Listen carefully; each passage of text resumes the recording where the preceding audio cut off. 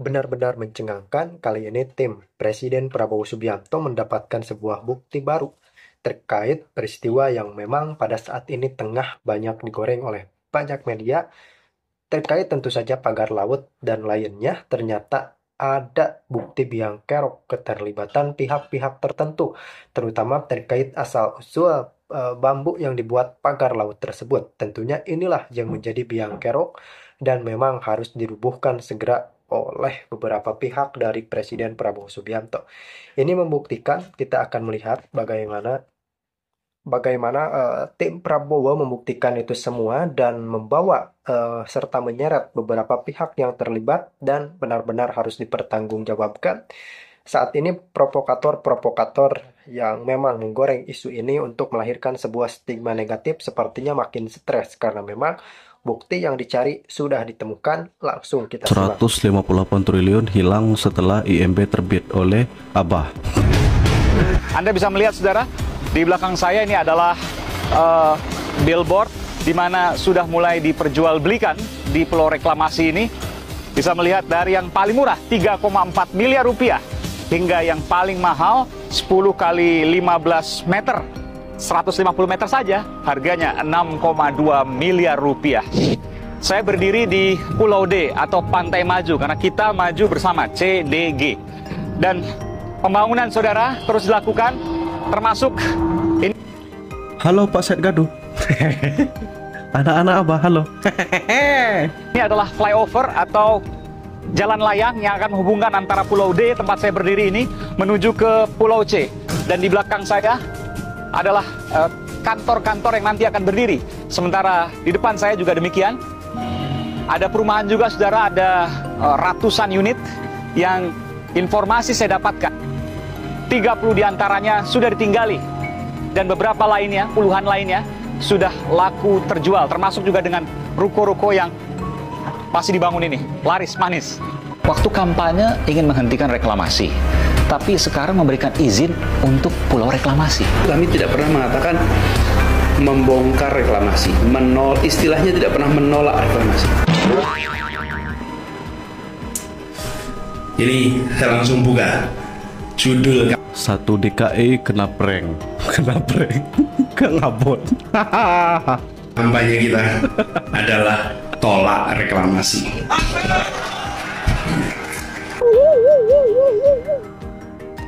Menolak pembangunan pulau reklamasi untuk kepentingan komersial.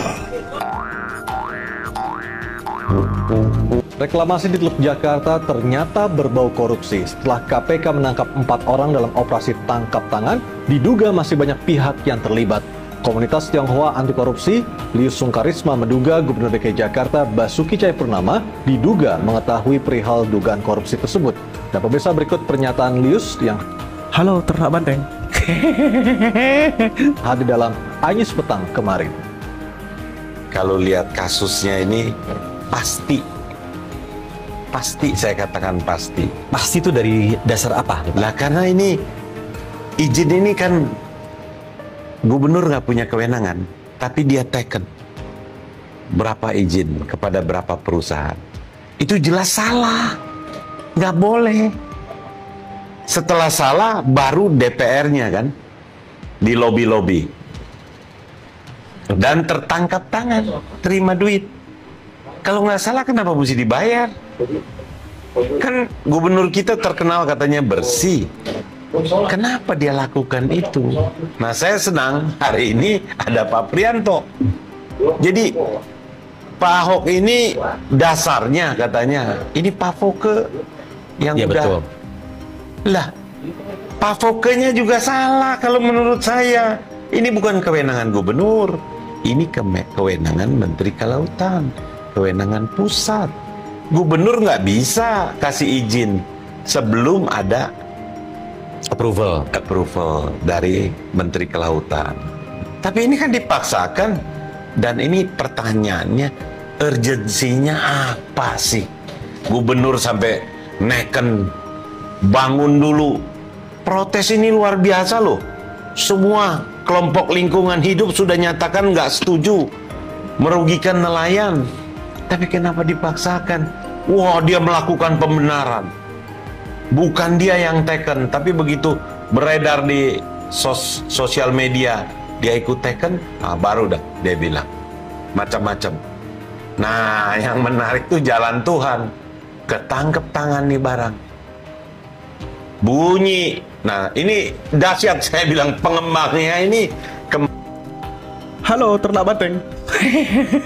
pengembang kelas 1 di Indonesia yang sudah ditetapkan menjadi tersangka oleh KPK.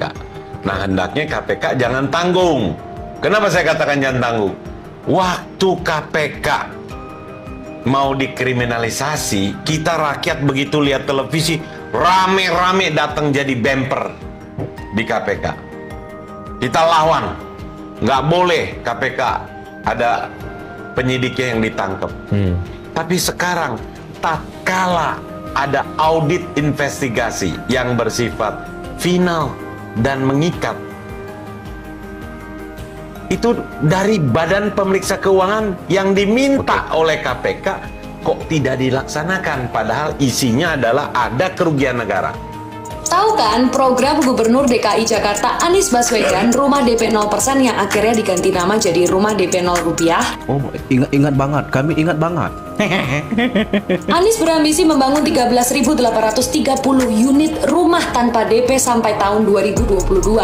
Sayangnya rumah-rumah ini kurang laku di masyarakat. Bulan Februari tahun lalu baru ada 225 unit yang laku kejual dari 780 unit di Kelapa Village. Sekarang malah kecium kasus korupsi. Sampai saat ini KPK masih belum mau mengumumkan siapa tersangkanya. Tapi Pemprov DKI udah menyampaikan ke publik kalau Dirut PD Pembangunan Saranajaya Yuri C. Pinotoan adalah tersangka dugaan kasus korupsi. Jadi dugaan kasusnya kayak gini, tanah yang mau dibeli untuk membangun rumah DP 0 rupiah harganya ditinggiin di atas harga pasar. Jadi ini menyebabkan kerugian negara yang diduga Pandai ya Bah Glenn ya.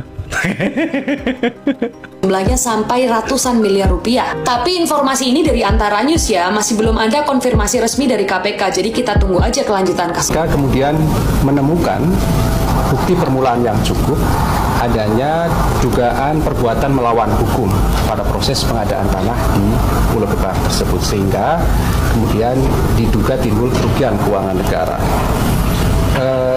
KPK juga telah menemukan pihak yang dapat dipertanggungjawabkan secara hukum tentunya pada proses penyidikan yang kami lakukan ini. Mereka lah yang punya tanggung jawab untuk membeli lahan sampai membangun rumah-rumah itu. Karena diberi kekuasaan dan tidak dipantau inilah, maka para direksi PSJ main mata dengan